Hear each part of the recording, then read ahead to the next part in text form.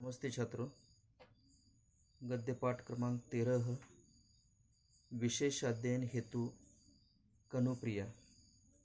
देखिए, पाठ का परिचय हम सुनते हैं। कनुप्रिया भारती जी की अद्भुत और अनूठी कृति है।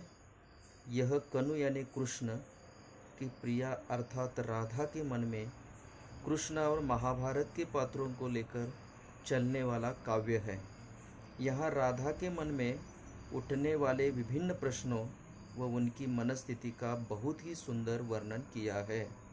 भाग 1 में हमने देखा है, भाग 2 में पूरा पाठ हमने देखा है। इस पर आधारित जो प्रश्न है वो इस प्रकार के हैं। पहले हम पन्ना नंबर 78 देखते हैं। उसमें से जो स्वाध्याय है, स्वाध्याय के बारे में हम चर्चा करेंगे। देखिए, पहला प्रश्न आकलन का है। उसमें से अ है, कृति पूर्ण कीजिए। देखिए, पहला प्रश्न है कृति पूर्ण कीजिए। इसमें से पहला, कनुप्रिया की तन्मयता के गहरे क्षण। देखिए, कनुप्रिया की तन्मयता के गहरे क्षण सिर्फ भावावेश थे, सुकोमल कल्पनाएं थी और रंगे हुए शब्द जो है अर्थहीन और आकर्षक थे। दूसरा जो प्रश्न है वो इस प्रकार का है। देखिए, कनुप्रिया के अनुसार यही युद्ध का सत्य स्वरूप है। हारी हुई सेनाएं, नभ को कंपाते हुए युद्ध घोष, क्रंदन स्वर और भागे हुए सैनिक। तीसरा प्रश्न है, कृति पूर्ण कीजिए में कनुप्रिया के लिए वे अर्थहीन शब्द जो गली गली सुनाई देते हैं। कर्म, स्वधर्म, निर्णय और दायित्व। आकलन में से प्रश्न क्रमांक 1, उसमें से आ कारण लिखिए। प्रश्न इस प्रकार का है, कनुप्रिया के मन में मोह उत्पन्न हो गया है। इसका कारण है कनु द्वारा समझाया जाना कनुप्रिया को अच्छा लगता था।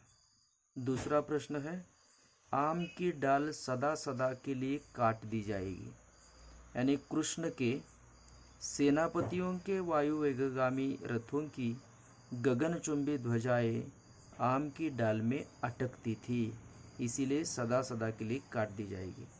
देखिए, अभिव्यक्ति प्रश्न है।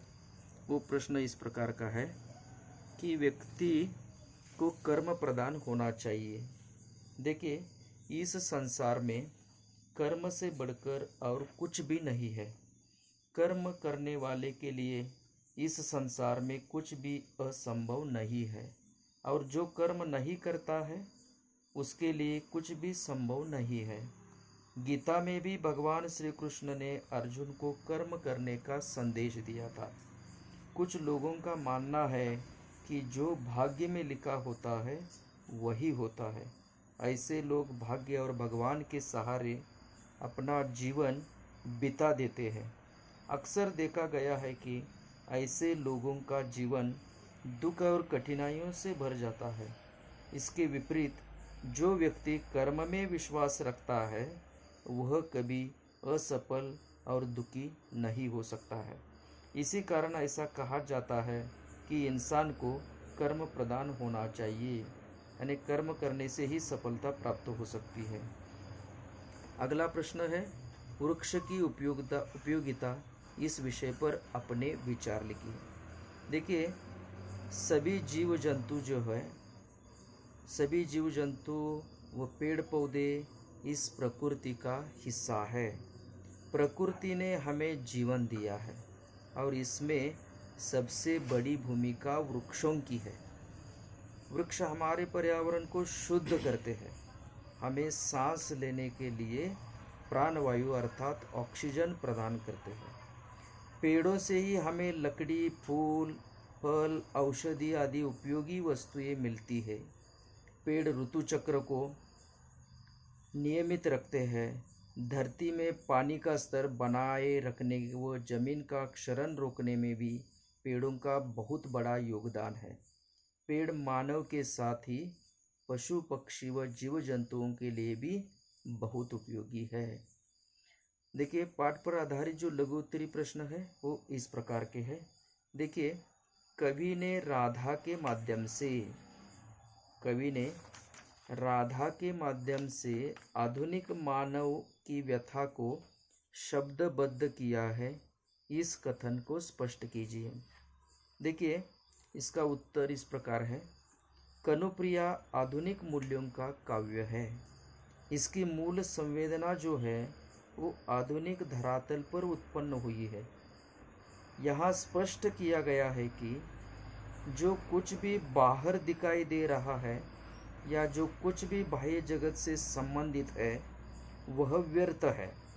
जीवन की सार्थकता इंसान के अंदर उठने वाले भावों पर निर्भर है। जीवन भर हम बाहर की दुनिया को जीते चले जाते हैं और अंत में हमें यह एहसास होता है कि जीवन के सही उद्देश्यों में हम भटक गए हैं। यहाँ कवि ने राधा के माध्यम से स्पष्ट किया है कि आधुनिक मानव जो है आज इसी कारण दुखी है क्योंकि वो बाह्य जगत अर्थात भौतिकतावाद में पूरी तरह खो चुका है।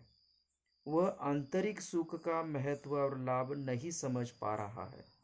आज संसार में प्रेम व सहयोग की राह पर चलने वाले बहुत कम लोग ही बचे हैं।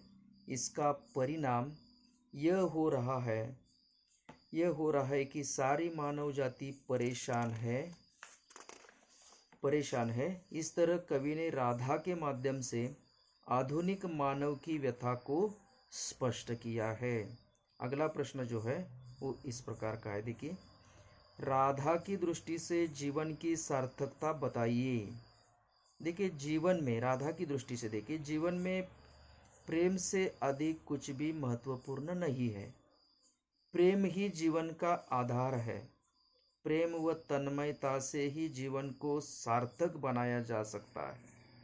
यहाँ राधा कहती है कि कनु ने युद्ध करने के लिए जो कुछ भी ज्ञान अर्जुन को दिया था वह उनकी समझ से बाहर है। इसका मुख्य कारण यह है कि कनु ने उन्हें प्रेम की ही भाषा सिखाई है और उन्होंने प्रेम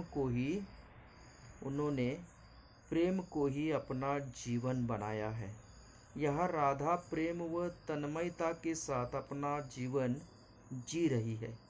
उनके मन में प्रेम के अतिरिक्त अन्य कोई भाव नहीं है। वे आज भी कृष्ण से मिलने को आतुर है। अर्जुन को युद्ध करने के लिए प्रेरित करते समय कनु ने जो उपदेश दिया था उसमें भी कनु प्रिया को प्रेम दिखाई देता है। कनु के सारे शब्द जो उन्होंने अर्जुन से कहे थे वे सभी कनु प्रिया की समझ से बाहर है। फिर भी वे कनु के मुख से उन शब्दों को सुनकर प्रसन्न हो जाती है। उनका प्रेम इतना सच्चा है कि कनु की हर बात में उन्हें प्रेम के अतिरिक्त कुछ और नहीं दिखाई देता है। उनके अनुसार जीवन की सार्थकता जो है वो प्रेम व तन्मयता के क्षणों में ही है। देखिए, अहंकार के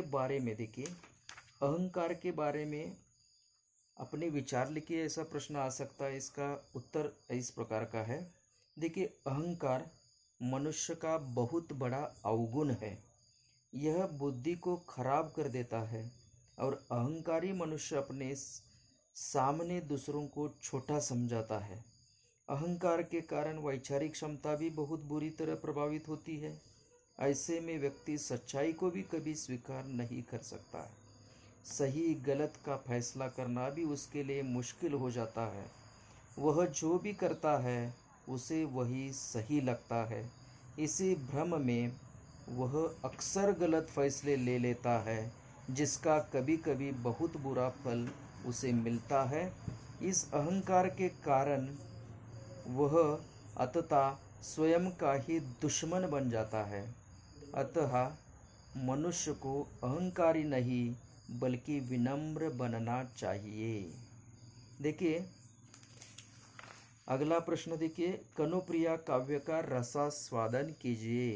इसके उत्तर के बारे में हम चर्चा करेंगे। देखिए, डॉक्टर धर्मवीर भारती द्वारा रचित जो कनुप्रिया नामक पाठ लेखक द्वारा रचित कनुप्रिया नामक काव्य का एक छोटा सा अंश है। यहाँ कवि ने बताया है कि एक तरफ कृष्ण कुरुक्षेत्र में युद्ध के महानायक बने हुए हैं और दूसरी ओर राधा उनके प्रेम में उनकी एक झलक पाने को आतुर है। कृष्ण के प्रेम में पूरी तरह मग्न राधा के माध्यम से कवि ने युद्ध को निरर्थक बताया है। कवि ने यहाँ कृष्ण को कनु व राधा को कनुप्रिया के रूप में संबोधित किया है। कृष्ण ने महाभारत के युद्ध में अर्जुन के सारथी के रूप में हिस्सा लिया है। जब अर्जुन युद्ध से पीछे हटने की कोशिश करते हैं तो कृष्ण उन्हें युद्ध की आवश्यकता को समझाते हैं। वे अर्जुन को कर्म, स्वधर्म, निर्णय व दायित्व की शिक्षा देते हैं। इस पर राधा कहती है कि अर्जुन को भले ही इन शब्दों में कोई अर्थ मिला हो और वह युद्ध के लिए तैयार हो गए हो, लेकिन उनके लिए ये शब्द व्यर्थ है। उन्हें तो कृष्ण ने सिर्फ प्रेम का ही ज्ञान दिया है, अतः वे युद्ध के पक्ष में नहीं है। राधा के माध्यम से वर्तमान परिप्रेक्ष्य में कवि ने स्पष्ट किया है कि किसी भी परिस्थिति में युद्ध जीवन का उद्देश्य नहीं होना चाहिए, प्रेम में ही जीवन की सार्थकता है। इस नई कविता में सरल व सहज शब्दों का प्रयोग किया गया है, जिससे कविता अधिक प्रभावी व रोचक हो गई है। यहाँ कविता को कई भागों में प्रस्तुत किया गया है, जैसे कि सेतु में, अमंगल छाया, एक प्रश्न व शब्द अर्थहीन। प्रत्येक भाग अपने आप में पूर्ण व रोचक है।